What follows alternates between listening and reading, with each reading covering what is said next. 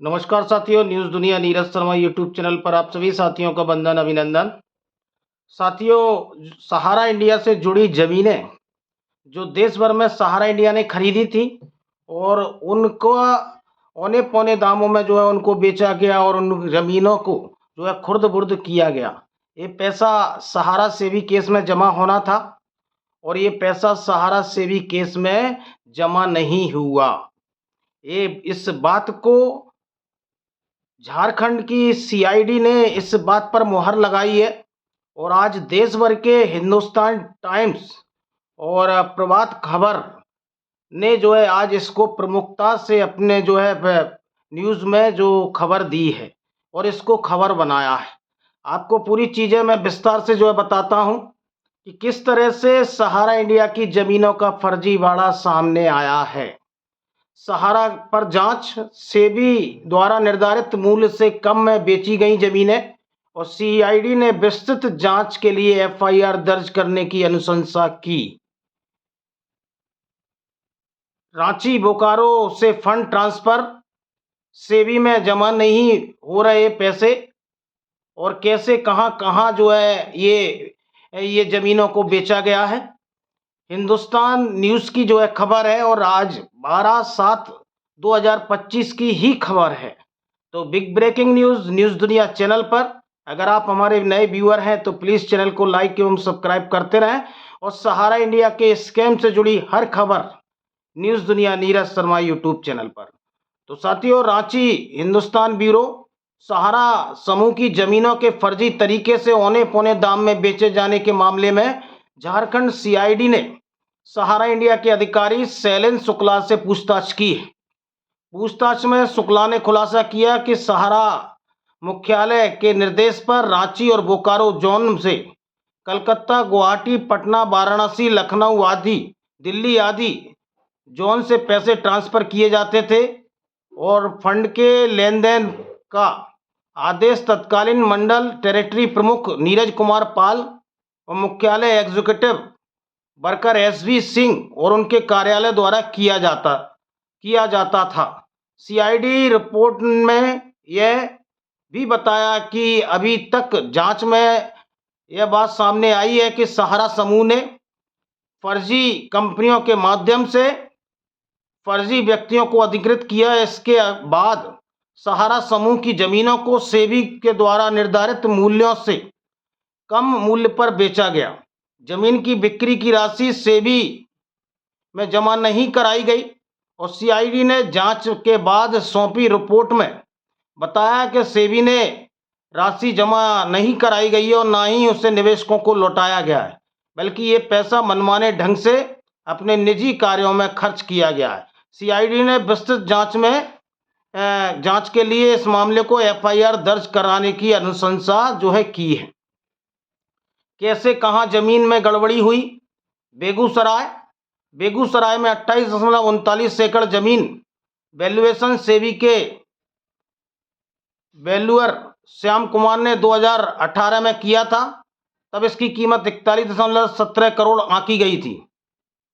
9 जुलाई 2022 को सहारा इंडिया ने point CACS के पते पर चलाका डेवलपमेंट सिक्योरिटी प्राइवेट लिमिटेड से अधिकृत की गई और मैसर्स इंफ्रास्ट्रक्चर अतुल कुमार के महज 2.18 करोड़ में बेची, जिसकी वैल्यू 41.17 करोड़ सेबी ने आंकी थी और उसको 2.18 करोड़ में ये बेगूसराय की जमीन बिकी। बेगूसराय की 3.77 एकड़ की दूसरी प्लॉट जो है 3.36 लाख 11 हजार में बेची गई। सीआईडी ने पाया कि वैल्यूअर ने एक प्रतिष्ठित जमीनों के हिसाब कर में 1.50 करोड़ जो है आंकी थी। पटना में 65.28 एकड़ जमीन की कीमत सेबी ने 2013 में 44.80 करोड़ आंकी थी। इस जमीन की करबिंदा state and finance private limited व 3 अन्य कंपनियों को अधिकृत अशोक कुमार सिंह के द्वारा रणकौशल प्रताप सिंह को बेची गई और जमीन की बिक्री महज 2,52,80,000 में की गई। सीआईडी ने बताया कि जमीन का सरकारी मूल्य 5,60,000 है। सेबी के द्वारा 10 वर्ष पुरानी जमीन की दर में से काफी कम कीमत पर यह जमीन बिक्री की गई। तीसरा मामला, सेबी के द्वारा अपने मास्टर लिस्ट में क्रम संख्या 29 में बोकारो की जमीन का जिक्र है और बोकारो की जमीन 68.14 एकड़ जमीन का वैल्यूएशन सेबी ने वैल्यूअर श्याम अग्रवाल ने 5 नवंबर 2013 को 61.33 करोड़ लगाया था और चांस अचल कार्यालय से सत्यापन के बाद इस जमीन को सहारा इंडिया की बताया गया था। इसी तरह धनबाद में गोविंदपुर अंचल में रेगुनी मौजा में भी सहारा इंडिया की जमीन होने के बाद प्रकाश में आई है। सीआईडी ने जांच में पाया है कि सहारा इंडिया की जमीन अशरफी अस्पताल का निर्माण किया जा रहा है और सीआईडी ने इस संबंध में गोविंदपुर अंचल के अंचल अधिकारी थाना प्रभारी बागमारा को सहारा समूह से जुड़ी कंपनियों का ब्यौरा प्राप्त करने के लिए पत्राचार किया है। तो जो जमीनें हैं उस जमीनों का बंदरवाट किया गया है और सीआईडी ने सहारा को दोषी पाया है और जो सेबी ने जो इस जमीन की जो कीमत आंकी थी उसको काफी कम कीमत पर जो है बेचा गया है और फर्जी अधिकारियों के माध्यम से ये पैसा अपने निजी स्वार्थ के लिए ट्रांसफर किया गया है और सहारा सेबी अकाउंट में ये पैसा ट्रांसफर नहीं हुआ। ये हिंदुस्तान की खबर है।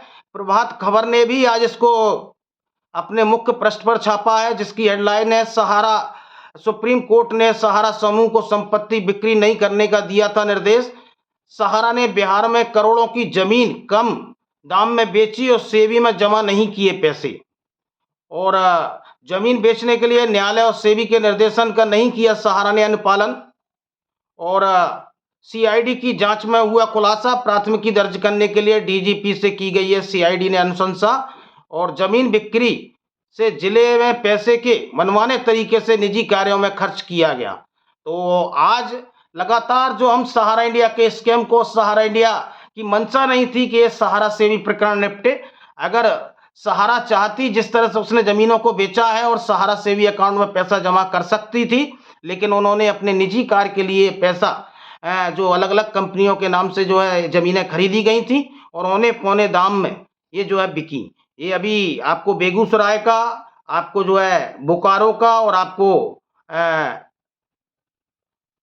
रांची का ये पूरा मामला जो है रांची सीआईडी, झारखंड सीआईडी ने जो है प्रकाश में लाया और जांच से उजागर किया। इसी तरह मध्य प्रदेश में भी सहारा इंडिया की जमीनों का फर्जीवाड़ा आपको देखने को मिला था कि 1,000 करोड़ की जमीन लगभग 190 करोड़ में बिक गई और ये पैसा संबंधित जो है सहारा के जो सेबी अकाउंट में जाना चाहिए था उस जगह नहीं गया और यहाँ भी जो है ईओडब्ल्यू में केस दर्ज किया गया जब ये पूरा मामला सोशल मीडिया पर और जो है न्यूज़पेपरों में प्रकाशित हुआ और भाजपा से जुड़े एक विधायक ने एक औने पौने दामों में जमीनें खरीदी उनकी सहयोगी कंपनियों ने, जिसमें ओपी श्रीवास्तव एवं अन्य जो है सहारा इंडिया से जुड़े अधिकारियों को सम्मन जारी किया गया है और जेबी राय भी, जो सुब्रत राय सहारा के भाई थे, उनको भी जो है नोटिस जारी किया गया था, लेकिन वो नहीं पहुंचे हैं अभी बयान दर्ज कराने। लेकिन भोपाल में सहारा इंडिया से जुड़े कुछ अधिकारियों के बयान दर्ज हुए हैं और उन्होंने माना है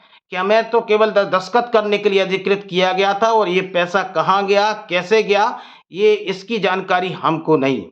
तो आज सहारा कहती थी कि हम पे 3 गुना संपत्तियां हैं और सहारा लगभग 15,700 करोड़ रुपए सहारा सेबी अकाउंट में जमा करवा चुकी थी। लेकिन अगर सहारा की नीयत और नीति अगर सही होती तो वो चाह कर जो है इस सहारा सेबी अकाउंट में पैसा जमा करवा सकती थी, लेकिन ये पैसा और ये जमीनें जो उसकी कीमत आंकी गई थी और उसकी जो सरकारी कीमत थी उससे भी कम कीमत में जो है इनको बेचा गया। और ये पैसा कहाँ गया अगर सेबी अकाउंट में नहीं गया और इनके कई जोनल ऑफिसों में गुवाहाटी, पटना, बोकारो, इनका पैसा जो है एनके पाल एवं अन्य जो है जोनल मैनेजरों के माध्यम से अलग अलग जगह दिल्ली ट्रांसफर किया गया और इस पैसे का कहाँ उपयोग किया गया ये भी एक जांच का विषय है।